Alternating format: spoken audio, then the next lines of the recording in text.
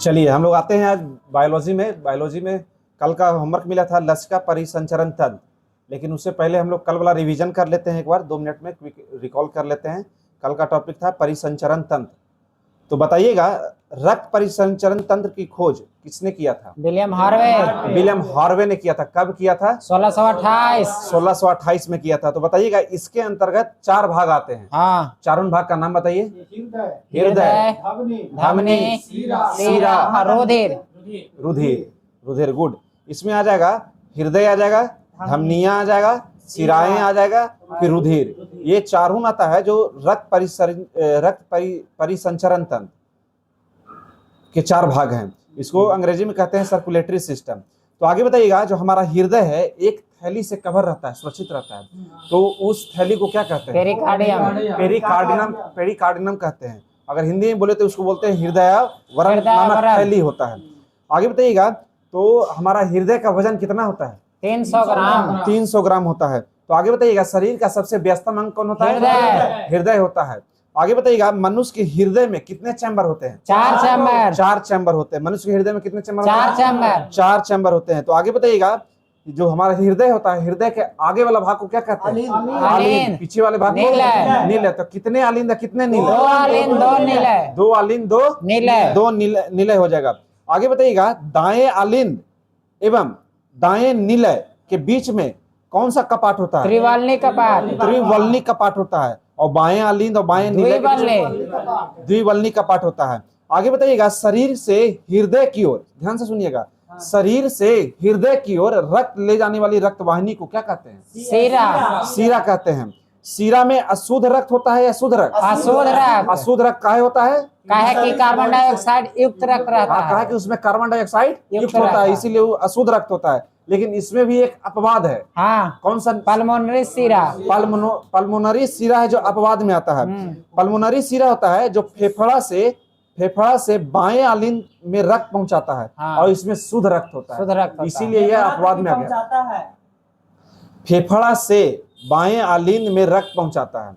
आगे बताइएगा, हृदय से शरीर की ओर रक्त ले जाने वाली रक्त वाहिनी को क्या कहते हैं?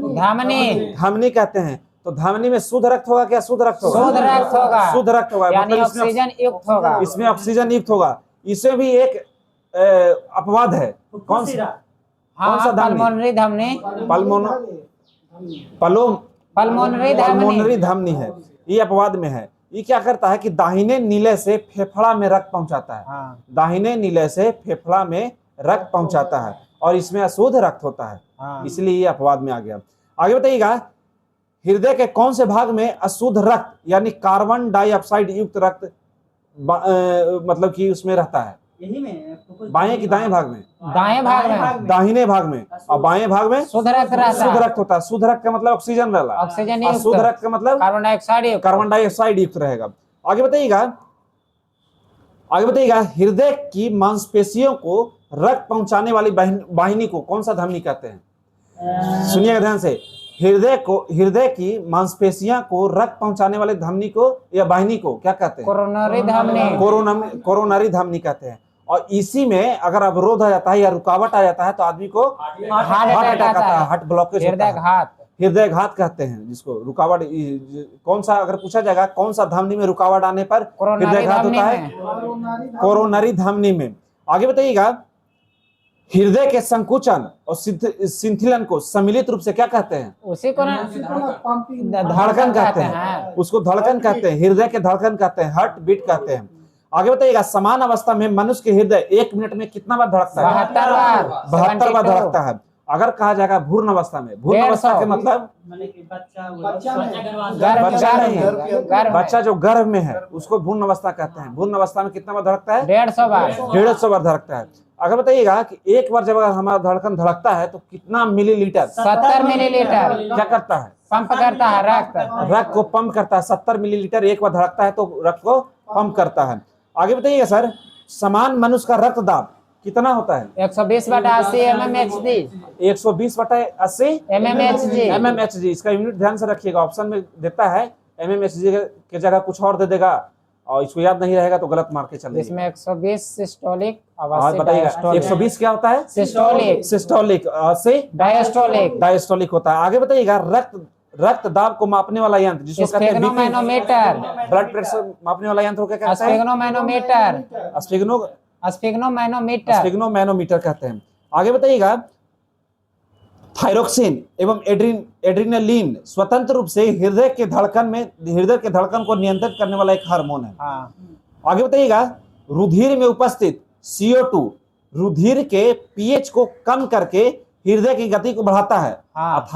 अर्थात अम्लीयता अम्लीय हृदय को क्या करता है? बढ़ाता है, हृदय की गति को बढ़ाता है, और क्षारीय कमाता है, घटाता हृदय की है, गति को कमाता है। आगे बताइएगा आज के होमवर्क में हम लोग आते हैं, जो होमवर्क मिला था लसिका परिसंचरण तंत्र जिसको लिम्फ सर्कुलेटरी सिस्टम कहते हैं।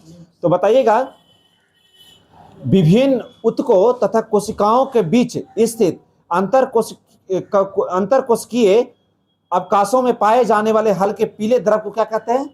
लसिका कहते हैं। लसिका एक प्रकार का क्या है? सॉलिड है, लिक्विड है, क्या है? द्रव है, द्रव है, जिसकी रचना लगभग रक्त प्लाज्मा जैसी होती है। हाँ। उसकी रचना कैसा होती है? रक्त प्लाज्मा जैसी ही होती है, जिसमें पौष्टिक पदार्थ, ऑक्सीजन तथा कई अन्य पदार्थ मौजूद होते हैं। आगे बताइएगा लसिका में पाए जाने वाली कणिका लिम्फोसाइट कहलाती है। पूछा जाएगा लसिका में पाए जाने वाली कणिकाएं क्या कहलाती है? लिम्फोसाइट कहलाती है।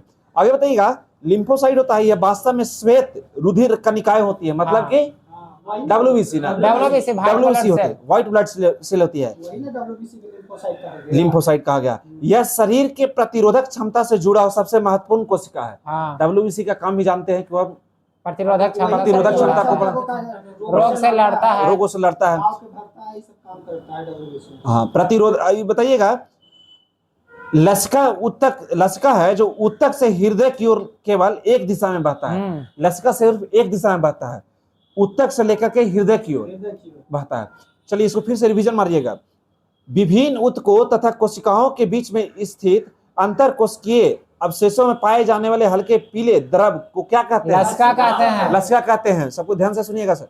आगे बताइएगा लसिका एक प्रकार का क्या है? द्रव है, प्लाज्मा के समान है, जिसकी रचना रक्त प्लाज्मा जैसी होती है।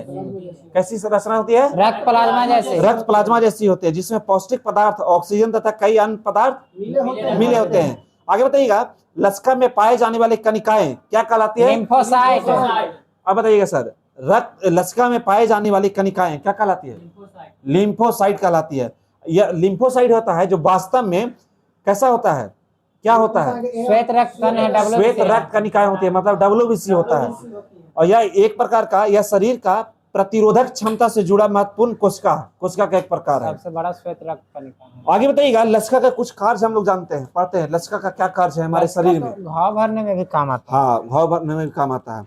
लसिका में उपस्थित लिम्फोसाइट क्या करेगा कि हानिकारक जीवाणु को भक्षण करके रोगों को रोकथाम में सहायक होगा। लिम्फोसाइट का वही काम है। WBC जब हम जान रहे हैं कि रोग प्रतिरोधक क्षमता को बढ़ाता है, रोगों से लड़ता है, तो लसिका का कार्य भी होगा कि लसिका में जो उपस्थित लिम्फोसाइट होगा जो हानिकारक जीवाणु को मारेगा, जीवाणु को भक्षण करेगा। लसिका है जो लिम्फोसाइट का निर्माण करती है। लिम्फोसाइट का निर्माण कौन करता है? लसिका करता है। लसिका के नोड क्या कहलाते हैं? लिम्फ नोड कहलाते हैं।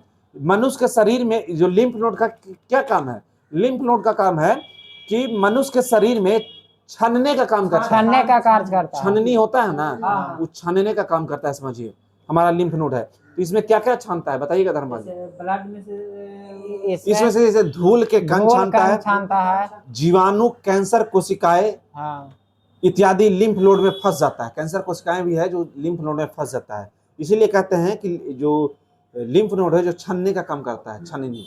आगे बताइएगा लसिका घाव भरने में सहायक होता है। घाव भरने में सहायक कौन होता है? लसिका होता है। लसिका ऊतकों से शिराओं में विभिन्न वस्तुओं का परिसंचरण करती है।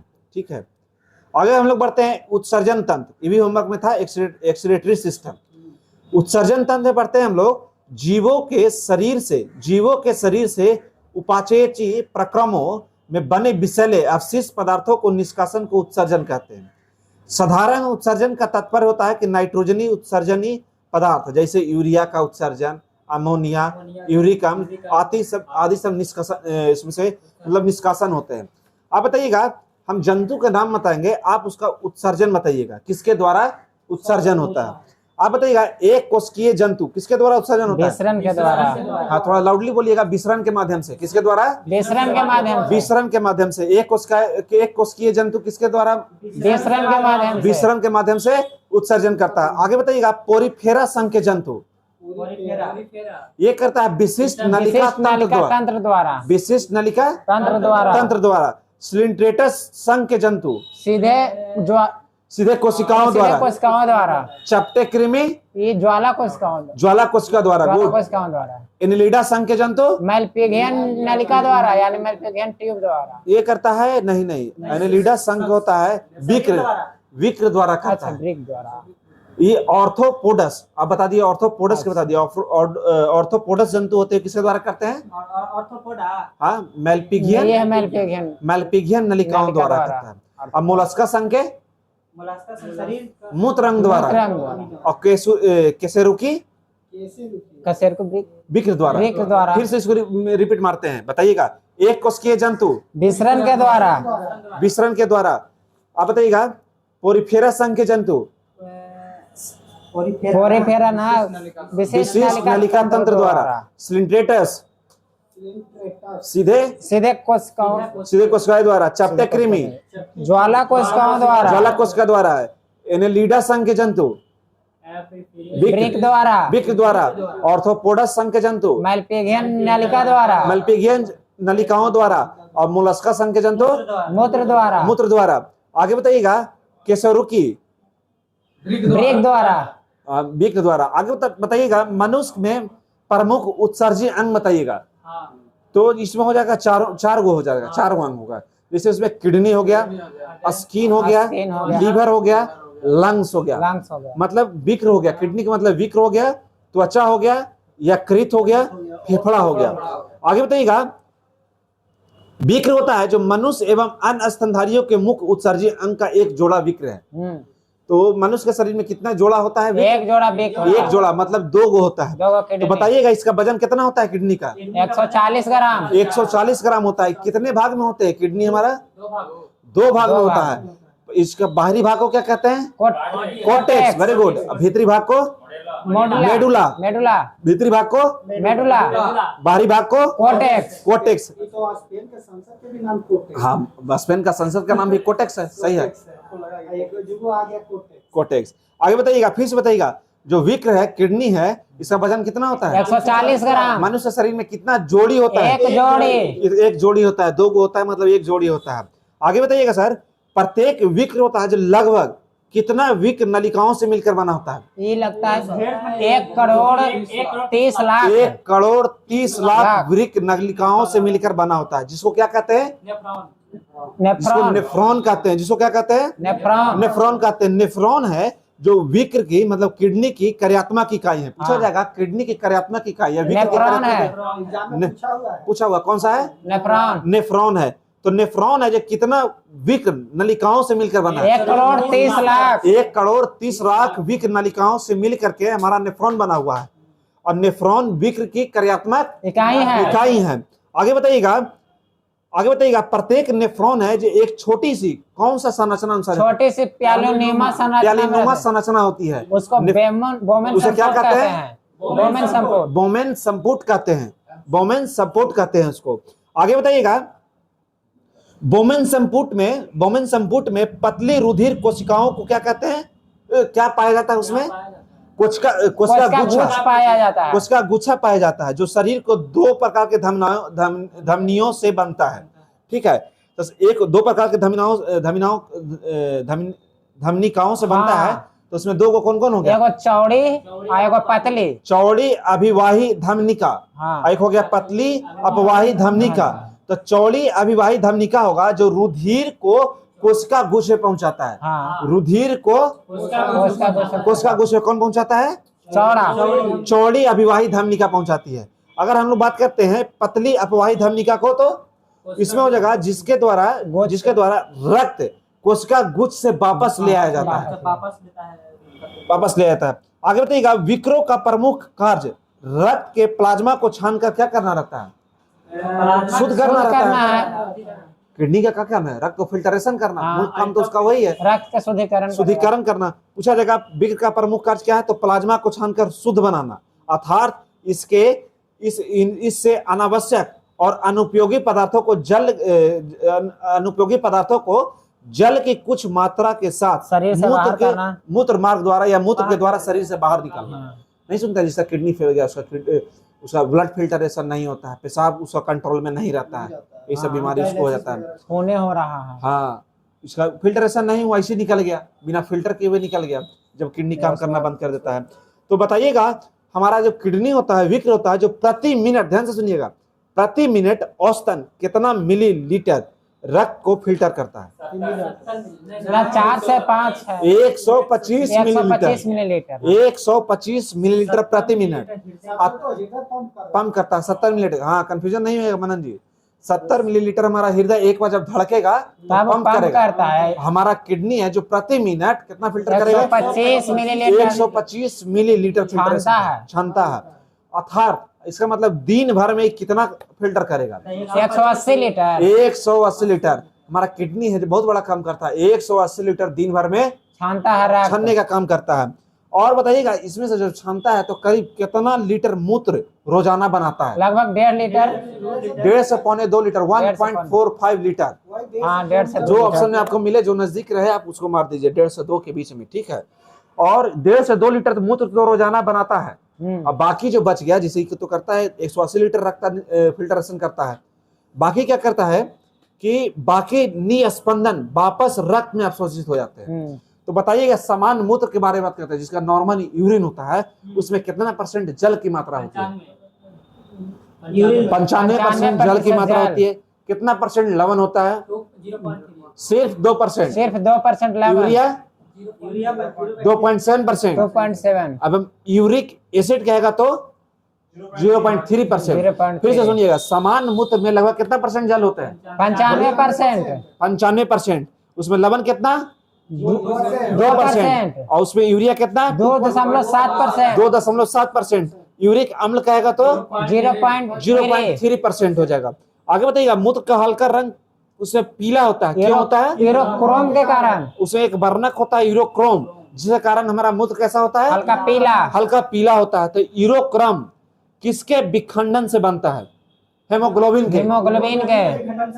यूरोक्रोम है जो हीमोग्लोबिन के विखंडन से बनता है। आगे बताइएगा, मूत्र अम्लीय होता है कि क्षारीय होता है? मूत्र अम्लीय है। अम्लीय होता है। अम्लीय हो जाएगा तो इसका पीएच मान कितना से कितना? 6 होता है। पूरे 6 होता है पीएच मान होता है मूत्र का। पीएच मान पूछा जाता है, मूत्र का पीएच मान 6 होता है। तो अम्लीय होगा कि क्षारीय होगा? अम्लीय होगा।